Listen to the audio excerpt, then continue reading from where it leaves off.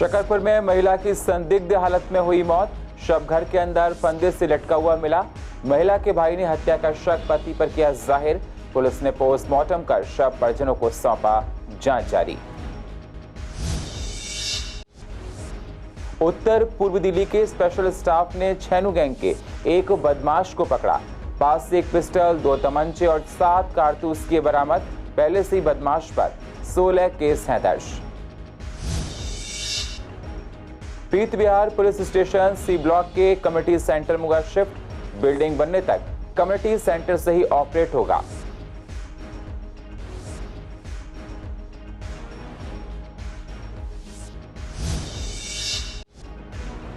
गांधीनगर में अतिक्रमण पर बुलडोजर चलने पर दुकानदारों में नाराजगी। दुकानदारों का कहना है एमसीडी ने बिना नोटिस दिए कार्रवाई की है। मार्केट के प्रधान ने कहा दुकानदारों को रोका था अतिक्रमण के लिए। और पूर्व दिल्ली में बिजली सब्सिडी के लिए आवेदन, कई लोगों ने कराया पंजीकरण। लोगों का कहना अप्लाई करने के बाद ही मिलेगी सब्सिडी।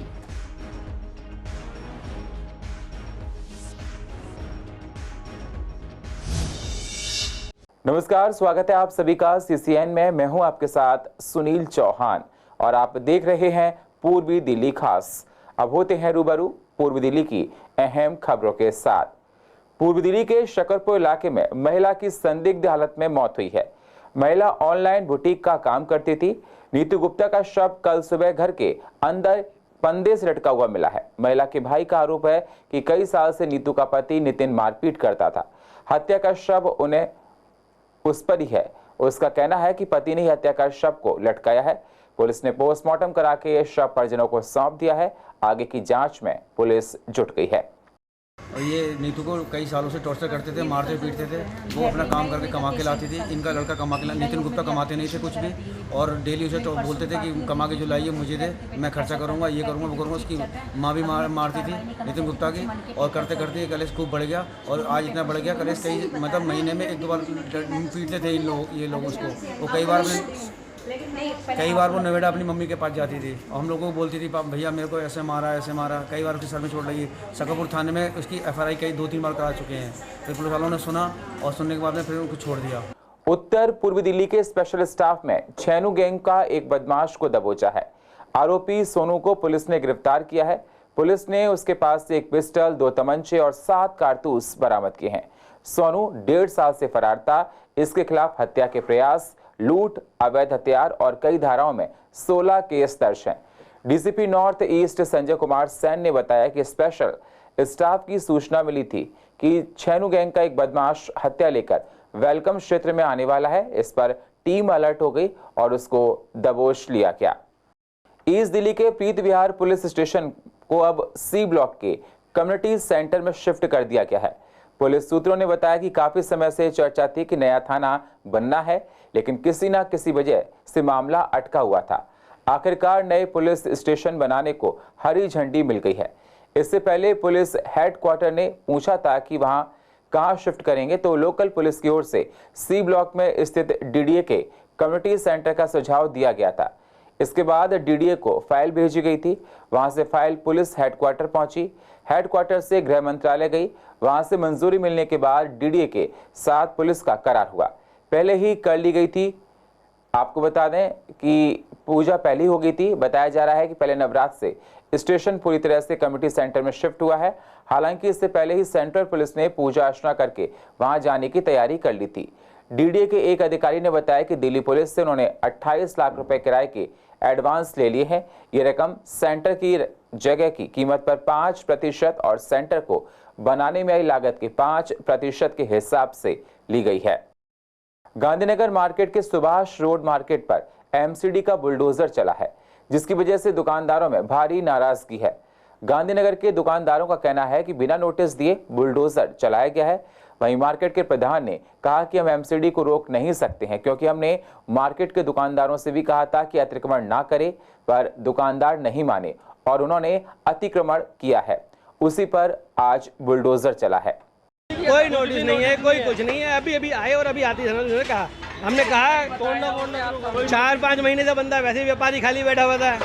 और ये आगे जहाँ 4 दिन का काम था तो बंदों ने कहा चलो भाई पहले ये काम करो, और ये चीज गलत है। आम आदमी तो वैसे ही मरता जा रहा है और मर गया, कोई भी नहीं आया भाई साहब। वोट मांगने आते हैं यहाँ पे सब, बाकी और कोई नहीं आता है। मार्केट के 3 दिन प्रधान है यहाँ के, एक भी प्रधान यहाँ पे नहीं दिख रहा, पूरे बाजार में नहीं दिख रहा इस टाइम। एमसीडी को रोक थोड़ी सकते हैं, ऊपर से आर्डर है, एलजी के आर्डर है, हाई कोर्ट के आर्डर है, तो इसलिए हमारे कहने से थोड़ी रुकेगा। जिन्होंने ज़्यादा आगे बढ़ाया हुआ है, ग्रोजमेंट करी हुई है, उनको तोड़ रहे हैं। 3 दिन 4 दिन से लगातार एलजी को और कमिश्नर को, दिल्ली पुलिस को, ट्रैफिक पुलिस को रोज़ कंप्लेंटें जा रही हैं, वीडियो बना के लोग वह भेज रहे हैं। इतना जाम था, 4-4 घंटे जाम लगा रहा है, लेकिन पब्लिक निकलने के लिए मेन रोड पे जगह नहीं है। मेन रोड पे 3 व्हीलर लगे हुए हैं, रिक्शे लगे हुए हैं, ट्रांसपोर्ट वालों ने मार रखा हुआ है, निकलने के लिए जगह नहीं, इसलिए गलियों में भी जाम लग जाता है। जब मेन रोड साफ होगी तो गलियां भी खाली होगी। बिजली पर सब्सिडी पा रहे 47 लाख लोगों में से आधे लोगों ने आगे भी सब्सिडी जारी रखने के लिए पंजीकरण करा लिया है। बिजली उपभोक्ताओं ने बिजली सब्सिडी जारी रखने के लिए आवेदन कर चुके हैं। दिल्ली में आने वाले 1 अक्टूबर से बिजली सब्सिडी का एक वैकल्पिक व्यवस्था होगी। सिर्फ मांगने पर ही सब्सिडी मिलेगी, अगर आवेदन नहीं किया है तो ये अगले बिल से बंद हो जाएगी। वहीं जब हमने लोगों से बात की तो लोगों का कहना है कि वो सब्सिडी के लिए अप्लाई कर चुके हैं और वो चाहते हैं कि उन्हें भी सब्सिडी मिले। लोगों का कहना है कि कुछ समय तक सब्सिडी मिली थी, लेकिन उसके बाद बिल आने शुरू हो गए। वहीं अब लोगों का कहना है कि उन्हें सब्सिडी अप्लाई कर दिया है और उन्हें सब्सिडी मिलनी चाहिए। पहले कुछ समय पहले मिली थी, लेकिन उसके बाद में कोई सब्सिडी नहीं मिली है। किस टाइम पे बंद होगी? कोरोना से पहले। उसके बाद में अब 5-5 हज़ार पे बिल आ रहे हैं। बिल आप कहते हो तो मैं दिखा सकती हूँ। और अब कह रहे हैं कि सब्सिडी मिलेगी, लेकिन अब आगे मिले तब है। अप्लाई कर दिया आप लोग? हाँ, हम लोगों ने अप्लाई कर दिया है। देखो, ये तो केजरीवाल जी बेवकूफ़ बनाने वाली बात कर रहे हैं। पहले कह रहे थे कि 200 यूनिट फ्री देंगे, लेकिन कोई फ्री नहीं था। 1 महीने बिल नहीं आया था, लेकिन उसका जो बिल था अगले महीने एडजस्ट करके भेज दिया। हम लोग खुश थे कि चलो हमारे कुछ तो राहत मिली, लेकिन जब अगला बिल आया तो उसके अंदर कोई राहत नहीं थी हम लोगों को। वही पहले की तरह बिल आ रहा था, लेकिन अब हम लोगों ने अप्लाई किया है, देखो आगे क्या होता है। हाँ, तो वो 200 यूनिट के पैसे ले लेते हैं ना वापस। वो कहते हैं कि फ्री है 200 यूनिट, लेकिन वो 200 यूनिट जो 1 यूनिट भी फालतू आता है, तब वो उसका सारा बिल लगा लेते, तो उस यूनिट का फ़ायदा तो कुछ है नहीं है। देखिए, पहले 200 यूनिट फ्री थी बिजली, जीरो बैलेंस लोगों के आ जाते थे। जीरो बैलेंस जहाँ 200 यूनिट से 1 यूनिट फालतू हुई तो पूरा पैसा वो ले लिया करते थे, बल्कि वही नहीं, यूनिट से ज़्यादा बढ़ के ले लिया करते थे। लेकिन क्योंकि हर आदमी चाहता है कि हमें कुछ लाभ मिल जाए, तो उस लाभ को उन्होंने वहाँ तो ख़त्म कर दिया। अब एक चीज़ सब्सिडी वाला डाल दिया है कि हम सब्सिडी देंगे 200 यूनिट की। हमने भी अप्लाई किया है, लेकिन देखना ये केजरीवाल सरकार है, लोग उनको पलटू सरकार भी कहते हैं। पता नहीं कब पलट जाए, कब उनकी भूमिका कहाँ से कहाँ हो जाए। वो केजरीवाल साहब अभी कुछ कहते हैं और पता चला कि अगले दिन कुछ और कह दिया उन्होंने। लेकिन लोगों ने किसी उम्मीद पर कर दिया है कि देखते हैं वो 200 यूनिट वाला लाभ जो वो मिलता रहे लोगों को। हमने भी किया है। हाँ, करिए, अप्लाई कर दी है। कैसे करा? ये ऑनलाइन करा, अपने उसमें से बिल का, बिजली के बिल का CA नंबर डाल के फिर अप्लाई करा उसको। अच्छा, कितने मीटर आपके पास? हमारे पास 2 मीटर है। भाई जितनी मिल रही थी उससे कम ही बिल आ रहा था। मतलब ये था कि भाई सब्सिडी मिलेगी तो थोड़ा कम तो हो जाएगा बिल, इसलिए अप्लाई करा मैंने। तो बाकी तो जो बिल आ रहा है वो तो आएगा ही, उसको तो हम रोक नहीं सकते। हमें भी मिलनी चाहिए, जब सबको मिलेगी तो हमें भी मिल जाएगी। फायदेमंद होती है। हाँ ना, कितने मतलब 40,000 के करीब कह रहे थे लेने फार्म उन्होंने। मामला जघन्य का अपराध का है और इस बार पीड़ित 11 साल का एक बच्चा है। जिस तरह की बर्बरता दरिंदरों ने निर्भया के साथ की थी, उसी तरह महज 11 साल के बच्चे के साथ हुए कुकर्म का आरोप 3 लोगों पर आरोप है। ये बच्चा LNGP अस्पताल में जिंदगी और मौत से जूझ रहा है। मां अभी भी उम्मीद लगाई है कि उसका बच्चा ठीक हो जाएगा, आंख खुलेगा और हाथ पकड़कर घर जाएगा, लेकिन अस्पतालों के सूत्रों का कहना है कि उसकी हालत बहुत नाजुक बनी हुई है। सेप्सिस हो गया है, एक बार उसे कार्डिक अरेस्ट भी हो चुका है। 22 तारीख की दोपहर लगभग 3:15 बजे LNJP हॉस्पिटल से थाना सीलमपुर में इंफॉर्मेशन मिली कि एक बच्चे को घायल अवस्था में एडमिट कराया गया है। आईओ जब वहां पहुंचे, फैमिली से जानना चाहा, स्टेटमेंट लेना चाहा, तो उनकी रिलेक्टेंस नजर आई। ऐसे में सखी सेंटर की काउंसलर की मदद से विक्टिम चाइल्ड की मदर की काउंसलिंग कराई गई और उनका स्टेटमेंट ले पाए। बयान के आधार पर धारा 377 34 IPC और पॉक्सो एक्ट के तहत केस रजिस्टर कर लिया गया। और सेम डे एक CCL को एप्रीहेंड भी कर लिया गया। आज दूसरे CCL को एप्रीहेंड कर लिया गया और तीसरे की तलाश जारी है। जांच में यह पता चला कि वास्तव में घटना 18 तारीख की है, जिसे परिवार ने छिपाए रखा, और ये तीनों अलीज्ड CCL सेम कम्युनिटी से और सेम लोकेलिटी से आते हैं, पड़ोसी हैं, और इनमें से एक विक्टिम चाइल्ड का कजिन ब्रदर भी है। कन्वर्जन चार्ज से लेकर आवास कर के मामलों में व्यापारियों और आम लोगों को दिल्ली नगर निगम की तरफ धड़ल्ले से नोटिस जारी किए जा रहे हैं। वहीं संपत्तियों को सील भी किया जा रहा है। इससे व्यापारियों में आक्रोश बढ़ रहा है। पहाड़गंज, कमला नगर, चांदनी चौक, गांधीनगर से लेकर सभी प्रमुख इलाकों में नोटिस जारी किए जा रहे हैं। व्यापारियों को नोटिस जारी कर संपत्ति से जुड़ा 20 साल का रिकॉर्ड मांगा जा रहा है। व्यापारियों का आरोप है कि नोटिस के जरिए दबाव बनाने की रणनीति चल रही है, इसलिए नोटिस जारी कर 15 दिनों में जवाब मांगा जाता है, लेकिन दूसरा नोटिस समय अवधि पूरी होने से पहले भेजा जा रहा है। इसके साथ ही संपत्तियों को सील किया जा रहा है। पहाड़गंज के व्यापारी कहते हैं कि हमें भेजे गए नोटिस में संपत्ति से जुड़ा 20 वर्ष का रिकॉर्ड मांगा गया। व्यापारियों को परेशानियां हो रही हैं। देखिए, व्यापारियों को इस बारे में कोई जानकारी नहीं है। गांधीनगर में बहुत बड़ा जो कहना चाहिए क्षेत्र है जो अननोटिफाइड रोडों पे बना हुआ है, और 40 साल पहले मार्केट का जब विकास हुआ था, तो विकास से लेके जब ये योजना बनी थी तो उसमें पहले तो पर ईयर था, और उसके बाद ये कहा गया था कि भाई आप जो है अपना 10 साल का जो कन्वर्ट चार्ज है, अगर एक मुश्त जमा कराएंगे तो 8 साल का कराएंगे तो आपका पूरा मान्य है। बहुत दुकानदारों ने ये करा भी दिया है, और कई दुकानदारों ने जो है 2 साल का, 3 साल का, 4 साल का जमा कराया है, किंतु उनको जो है पुनः जो है ना 8 साल का कन्वर्ट चार्ज या तो एक मुश्त जमा कराएं, या जो है 10 साल का पूरा करने के लिए 3 साल के बाद 7 साल का जमा कराना पड़ेगा। वैसे तो मार्केट में ज़्यादातर दुकानदारों ने कन्वर्ट चार्ज जमा करा ही रखा है, किंतु फिर भी क्या है कि इनका जो पोर्टल बोल रहा है कि कुछ दुकानदारों का जो है कन्वर्ट चार्ज जमा नहीं है, और इनका जो है उस पोर्टल में आ रहा है, और वो दुकानदार जब जमा कराने जाते हैं तो वहाँ वो दिखाते हैं कि भाई आपका कन्वर्ट चार्ज जमा नहीं है, अतः आप अपने प्रूफ लाइएगा। तो इस प्रकार से कई दुकानदारों को जानकारी जो है हमारे पास आई है, और सरकार ने उनको नोटिस नहीं भेजा। पूर्व दिल्ली के पार्कों की स्थिति बेहद खराब है।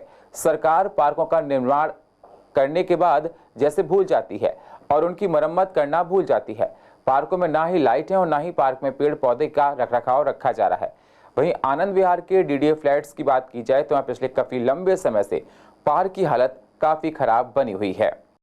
बहुत खराब है पार्क की हालत, कोई भी नहीं आता यहाँ सफाई करने। अच्छा, गंदगी पर लगी रहती है? गंदगी बहुत रहती है यहाँ। बेंच भी सारे टूटे हुए, जो ले जाओ उठा कर अच्छे ले जाओ उठा के, अच्छा, वो टूटे हुए यहाँ डाल जाओ। नहीं, अंधेरा रहता है, कोई लाइट नहीं जलती। टहलते हैं जिसे टहलना है, कोई मनाही नहीं है, लेकिन गंदगी रहती है। गंदगी बहुत रहती है, कोई सफाई करने नहीं आता यहाँ। हाँ, पार्क की बात ये है कि मैं सन 98 से यहाँ हालात देख रहा हूँ। हालात बहुत ख़राब थे। बेंच तो बहुत ख़राब है। देखो इस सामने देख लो, इसकी एक आप इसकी झलकी भी ले लो, टूटी पड़ी है बेंच तो जो है ना। हाँ, दूसरे ये है कि पेड़ों की छटाई हुई थी, कई साल हो गए पेड़ों की छटाई नहीं है। अब सर्दी है, घास है नहीं बिल्कुल भी। तो यहाँ जो है ना शाम को 1-2 आदमी ज़्यादा घूमने आते हैं, 2 या 3, इससे ज़्यादा कोई नहीं आता है। लाइट की व्यवस्था तो जो पोल पहले लगा हुआ था, शीला दीक्षित के समय में लगा हुआ था, वो उखाड़ दिया। अब ये दोबारा जो है ना, ये पता नहीं क्या करेंगे। इधर भी एक ये लगाया है, उधर भी एक लगाया है। तो जब ये हो जाएगा उसके बाद आप जब आएंगे दोबारा फिर आपको अपडेट कर देंगे। पूर्व दिल्ली जिले की DCP प्रियंका कश्यप खुद मोटरसाइकिल चलाकर फ्लैग मार्च निकाला है। प्रियंका कश्यप ने बताया कि आज उनके साथ PCR जगुआर के साथ एडिशनल DCP, सभी ACP, सभी SHO इस फ्लैग मार्च में शामिल हुए। PFI के प्रतिबंध के बाद गड़बड़ी की आशंका के चलते जिले के गाजीपुर, कल्याणपुरी, मयूर विहार, शकरपुर, लक्ष्मीनगर में होते हुए वापस पूर्वी दिल्ली जिला मुख्यालय पर पहुंचे। इस फ्लैग मार्च के जरिए लोगों में विश्वास जगाया गया है किसी भी आपात स्थिति में आम जन सुरक्षित है और पुलिस हर स्थिति से निपटने के लिए तैयार है। एडिशनल DCPs और हमारी पूरी फोर्स, जैसे कि आप देख रहे हैं, एक कॉन्वॉय पेट्रोलिंग कर रहे हैं, जिसमें कि सभी हमारी बाइक्स हैं, हमारी लेडी जैगुआर्स हैं, हमारे MPVs हैं। और मेन पर्पज़ ये है कि एक एरिया डोमिनेशन एक्सरसाइज हम लोग कर रहे हैं। एंड ऑल्सो क्योंकि अब हमारे काफ़ी त्यौहार हैं, उनके लिए हमारे बंदोबस्त लगे हुए हैं, तो एक मुस्तैदी के तौर पर और ऑल्सो एक एरिया डोमिनेशन के तौर पर हम लोग ये एक्सरसाइज कर रहे हैं।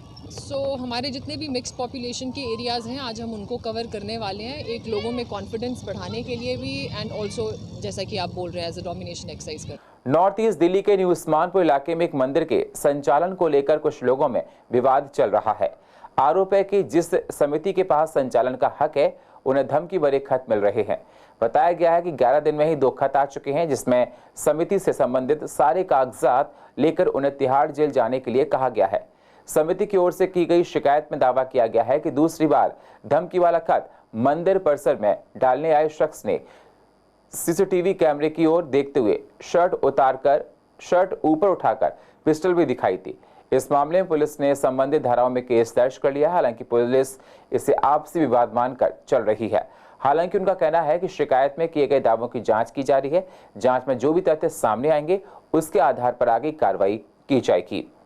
और पूर्व दिल्ली की अधिक जानकारी के लिए आप YouTube पर जाकर CCN लाइव को सब्सक्राइब करें और फ्रेश अपडेट लेते रहें। और फिलहाल पूर्व दिल्ली खास में इतना ही। बाकी खबरों के लिए आप बने रहिए CCN के साथ। तब तक के लिए नमस्कार।